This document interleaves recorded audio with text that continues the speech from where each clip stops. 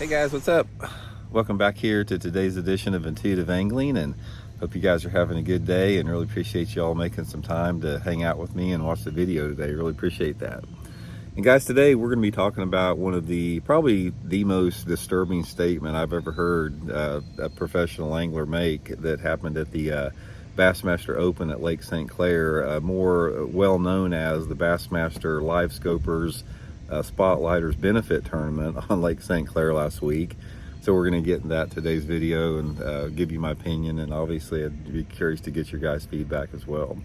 Also guys, quick reminder, I just want to let you know we have our Fish the Moment summer lake map breakdowns up on the website right now at fishthemoment.com. If you guys are interested in finding some good spots on your favorite summer lake, or your favorite lake that you fish in the summer, or a lake you're getting ready to fish and you don't know much about, this is a really good resource to help you out there. I'll put my Fish the Moment lake map breakdown link in the description. We got lakes I built for, maps I built for lakes all over the country, all 4 seasons. So again, I'll link it in the description of this video here. Okay guys, I want to start out here because you know, every time I do a video like this, I lose subscribers. So I'm going to lose subscribers on this video because the truth hurts sometimes. A lot of people get offended by it. And I want to start out saying here that I don't have anything against young anglers. I love young bass anglers because you know what I love about young bass anglers? I love their enthusiasm and their passion. And they haven't been in the sport long enough to really experience the injustices that come within the sport of fishing, that that come after you've spent decades and decades and decades in it. So I appreciate that youthful energy and the enthusiasm. And all of the young anglers out there, guys, that are using forward-facing sonar, I don't fault them because they've been forced in the position to do so by Bassmaster. So I want to make it very clear that this is not a slight on the anglers using it, because they can't compete without it. We've effectively turned professional bass fishing into spotlighting for bass, and if they don't spotlight for bass, they'll never make a check. It's like Ish Monroe at the St. Clair Open last week. He had a 23-pound bag of largemouth, and then the next day he didn't do that good. He didn't even come close to making a check. You cannot compete unless you're a spotlighter. But anyway, what happened at the St. Clair Bassmaster Open last week, guys, there's no other way to say it. It was the most disgusting display of using the cheater box I have ever seen over the past 2 years since we've been watching that, and that's saying a lot. And of course, the next 3 or 4 MLF tournaments and Bassmaster events are going to be smallmouth tournaments, so it's going to be more of the same. But anyway, what happened, and to be honest with you guys, I didn't watch any of the live coverage, but I did. It came up all over my feed, on my Instagram feed. My message inbox blew up from guys sending me messages about it, and just watching the clips on there, it was the same thing. Everybody's staring, you looking at the back of some dude's head, guy looking straight down at his screen. There he is, there he is, there he is. Oh, he's getting close, there he is. Oh, there, he's got it. That's it in a nutshell. But there was one comment made that when I heard that, I just I guess I felt sorry for everybody more than anything else. There was one of the anglers that was doing well made a comment. He said, well, I'm not casting at 3-pounders. I'm only casting at the 4-pounders I see. In other words, he was so dialed in to his cheater box that he could identify the size of the fish, and he's the only thing that's running through his mind is like, do I cast to that fish that I can see on my cheater box that I think is a 3-pounder, or do I cast to that fish on my cheater box that I can see that's a 4-pounder? And guys, if that does not disturb you on an extremely deep level, then I think you really need to reevaluate your entire worldview on bass fishing.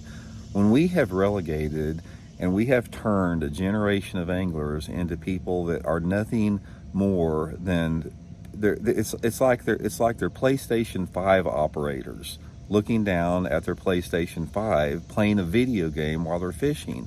When you say something like that, you are playing a video game. You're throwing at something. You can tell the size of the fish. You can see how that fish is moving. You can see how that fish is going to react to that little fuzzy dice or forward-facing minnow you throw out there.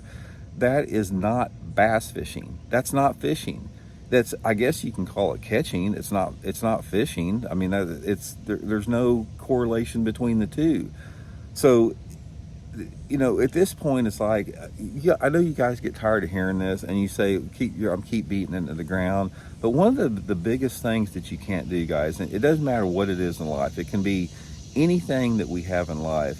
You cannot normalize things and become numb to it that are destructive. And that's what the industry is in the process of doing right now. We are so numb to seeing people playing video games and thinking that's professional bass fishing, and we've become so desensitized, and it's been normalized by the tournament organizations and a segment of the people that cover the bass fishing media, that people just, they're not as outraged of it because of that normalization of it, and they've been numb to it. And this channel, one of the things that I'm going to do on this channel, guys, is we are going to call this out every single time. If I have to look at my Instagram feed and see this going on to the sport that I love and that I have worked, not only myself, but everybody else, we have worked our ass off to grow the sport to the point of where it is, and then we see it tore down by what has happened with the use of spotlighting the last 2 days. We're never going to shut up about it until it goes away. And make no mistake about it, like we talk about all the time, it is the good fight to have. If you are one of the anglers out there that resist forward-facing sonar and speak up about it, you are fighting the good fight. Regardless what anyone tells you, don't let anybody make you feel bad about it or try to say you're some washed-up old grandpa. Get with the times, you're going to get left behind, you need to get out of your rocking chair, you hang it up. I've heard all the crap out there from the smart asses. But anyway, guys, if you see that, if you see some of those clips from that Bassmaster Open and you see what's going on there and you are not disturbed by what the sport has morphed into, like I said, you need to completely reevaluate your worldview on fishing. And get ready for it, guys, because we're going to have more videos like this, because we've got the smallmouth swing coming up, and it's going to be more the same. The days of us, guys like myself, all the people that have been in the sport and paid our dues over generations, everybody used to look forward to going up north in the fall time of the year or the late summer for smallmouth fishing, because that means you packed your spinner baits, you packed your Zara spooks, you packed all your jerk baits, you know, all your power fishing stuff, and you went up there and you just had a ball fishing for smallmouth. And now it's been relegated to where you look at the weights. Look at the weights at Lake Saint Clair, guys. There were guys that finished there was a 220 boat field, and there was guys that finished in the middle of the pack that averaged almost 4 pounds. That would never happen without spotlighting. Yes, St. Clair is the best smallmouth fishery, or it's the top 2 smallmouth fishery in the country. But I guarantee, without forward-facing sonar in that particular tournament, you would have had a 25% weight reduction in that particular event.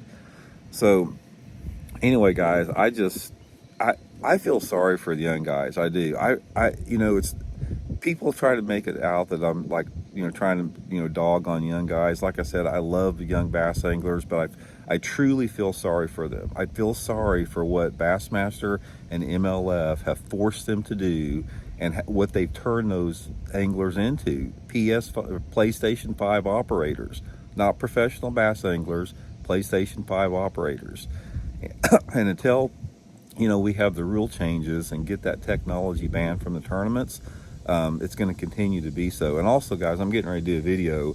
The PGA, you know, the PGA just now or last 6 months ago, that they rolled back ball technology to make it more competitive. And, you know, because the ball technology was getting out of hand, they're getting ready to do the same thing with the drivers. They're going to they're not ban, but they're going to roll back driver technology. We're going to talk about that in the video, being the adults in the room, and that's somebody that has a vested interest in maintaining the tradition of the sport, unlike bass fishing. So we'll keep you guys updated on that. But anyway, hope you guys are well. We'll talk later.